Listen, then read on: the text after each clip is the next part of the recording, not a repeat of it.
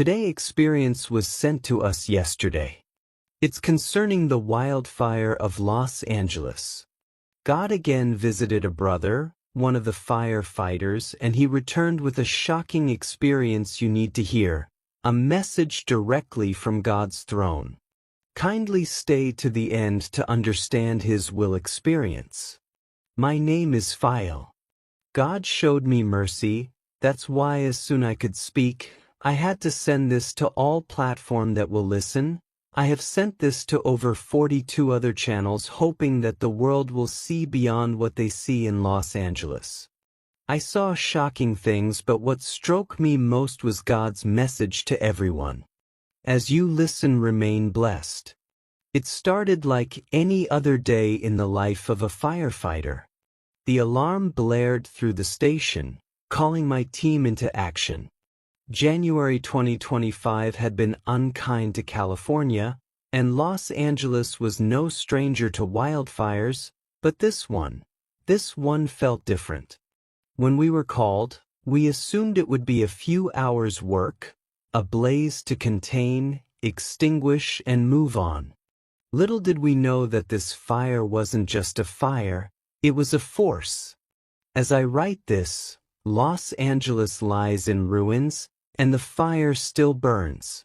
We threw everything we had at it, water, fire retardants, and every ounce of strength we could muster. The aircraft buzzed overhead relentlessly, dumping load after load of suppressant, but it didn't seem to matter.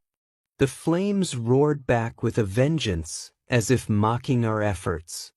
On the ground, we were drenched in sweat, covered in soot, and exhausted beyond words, but there was no stopping.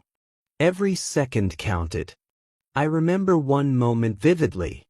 We were stationed near a line of trees, trying to cut off the fire's path.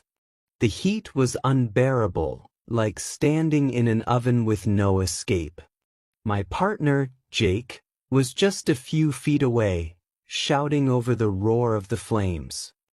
His face was smeared with ash, and his voice was hoarse from yelling. "It's like it's alive," he said, half laughing, half panicked. I didn't reply. I couldn't. Deep down, I felt it too. The fire wasn't acting like any fire I'd ever seen. It moved too fast, too erratically. It jumped barriers that should have stopped it, like roads and rivers. It would flare up in places we'd already doused, as if taunting us. I remember looking up at one point and seeing the sky turn orange, not from the sunset but from the sheer intensity of the flames. It was as if the sun itself had given way to the fire's wrath. We worked tirelessly, rotating shifts, bringing in reinforcements, and deploying every resource we had. But nothing seemed to make a dent. It was like the fire was feeding on something beyond the physical, something we couldn't see or understand. At night, when we'd take brief breaks, the team would gather, barely able to speak. The air was heavy, not just with smoke but with a strange sense of dread. I couldn't shake the feeling that we weren't just fighting a fire. It felt like we were up against something bigger, something darker. I know it sounds strange, like I'm being dramatic or reading too much into it, but the fire felt alive. It wasn't just destroying, it was consuming with a purpose. And that purpose felt malevolent, as if it had a will of its own. We were doing everything we could, but every day, it seemed to grow stronger. Looking back now, I can't ignore the feeling that we were battling more than flames.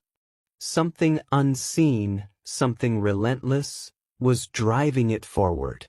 And no matter how hard we fought, it felt like it was laughing at us, daring us to try and stop it.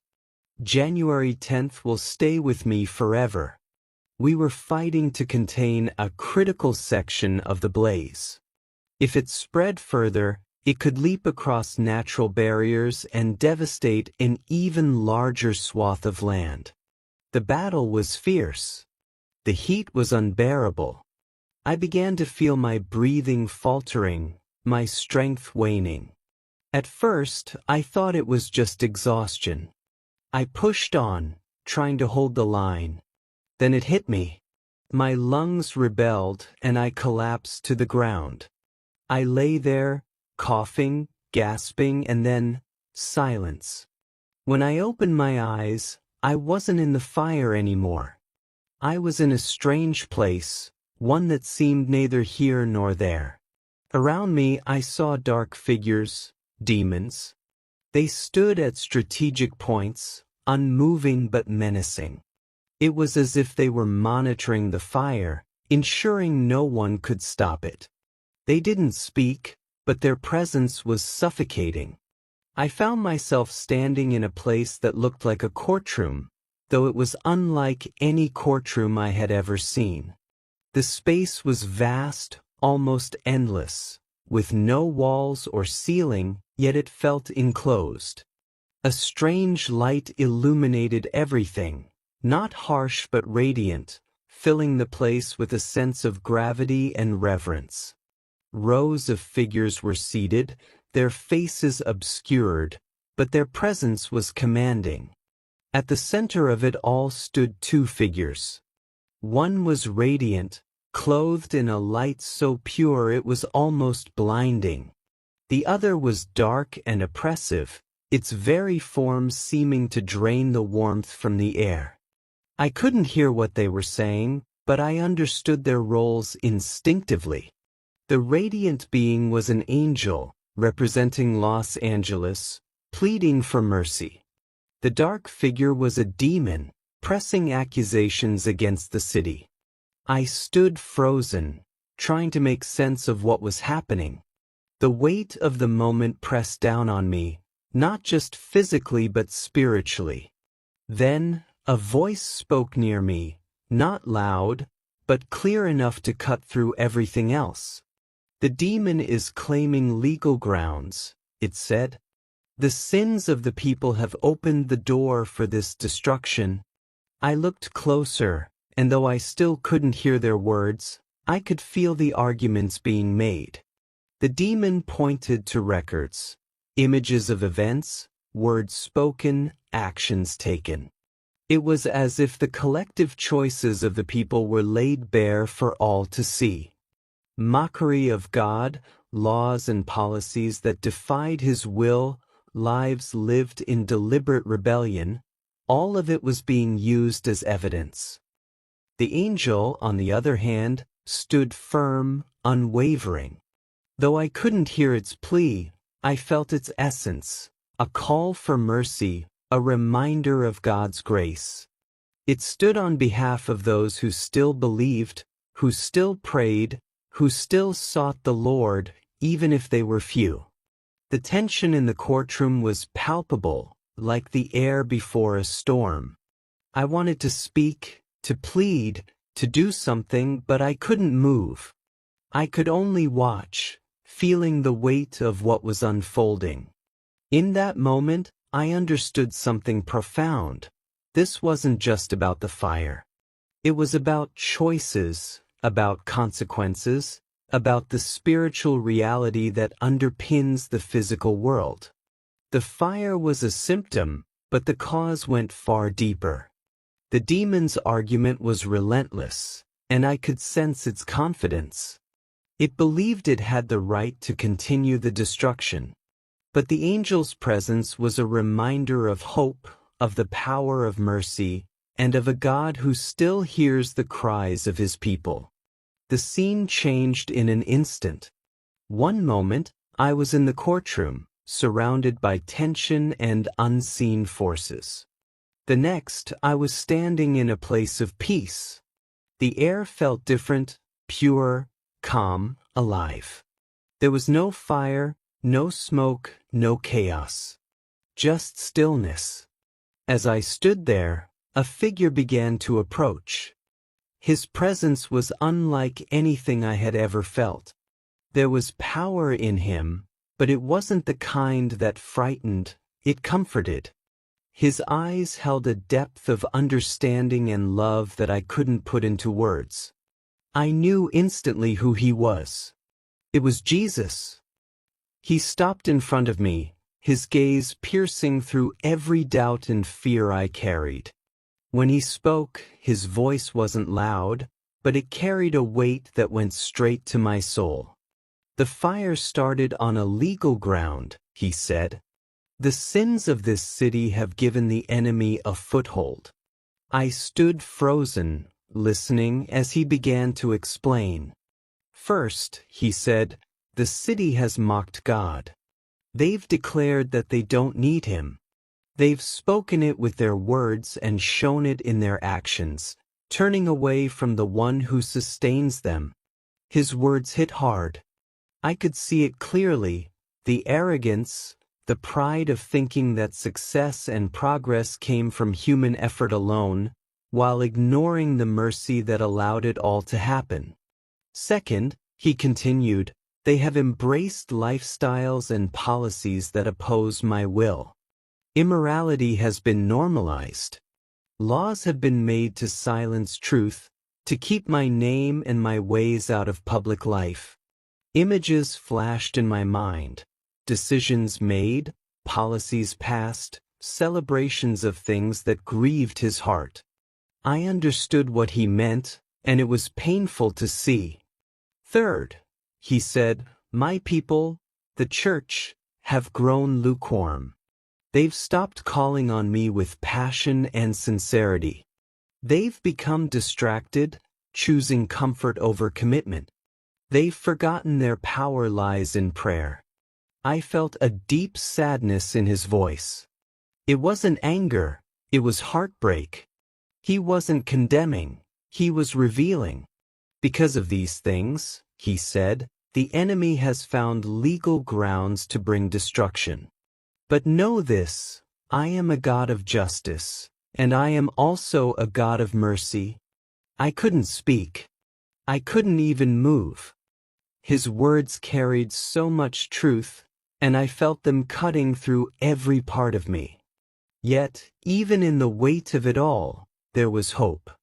If my people rise up and pray, he said, if they turn back to me, I will heal their land. I will end this destruction and bring restoration. But they must choose me. They must seek me with all their hearts. As he spoke, I felt a warmth, a lightness, as if hope itself was being poured into me. He wasn't just pointing out the problem, he was giving the solution.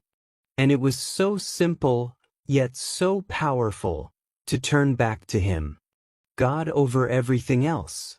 As I stood in his presence, Jesus began to reveal profound truths. His words carried a weight that went beyond anything I had ever experienced, and though he wasn't harsh, there was an undeniable urgency in what he shared.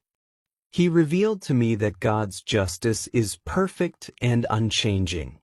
Consequences are a part of justice, he explained, but mercy remains available for those who seek it. He showed me that the wildfire consuming Los Angeles wasn't God's desire, it was a consequence of choices made over time. There was hope, though. He revealed that restoration was possible, but it required genuine repentance and fervent prayer. This wasn't about surface-level acts or empty rituals. It was about people turning their hearts back to God, acknowledging their dependence on Him, and seeking His guidance. He revealed that the prayers of believers carried power, not because of their strength, but because of their connection to the one who answers. He made it clear that this wasn't just about Los Angeles. It was a call to believers everywhere. The change needed to start with the church, those who claimed to follow him. The wildfire, he revealed, was symbolic of something deeper, a spiritual wake-up call. He showed me that if people continued on the same path, destruction would spread far beyond the physical. But if they humbled themselves and sought God earnestly, He would respond. Healing and restoration could come, but only if they turned back to Him. When I opened my eyes, I was in a hospital bed. My lungs had suffered severe damage, and the doctors said I was lucky to be alive. To my brothers and sisters in Christ across the globe, I come to you with an urgent plea. The wildfire that is consuming Los Angeles is unlike anything we have ever seen. It is not just a physical disaster but a reflection of a deeper spiritual battle. The flames that destroy homes, forests, and lives are fueled by forces beyond the natural, and it is clear that this is a moment for the church to rise up. This is not just Los Angeles's fight. It is our fight as believers. We are called to stand in the gap for those who cannot, to intercede for mercy where judgment seeks to prevail. Our God is merciful and just, and His heart longs to heal and restore. But we must answer His call to prayer.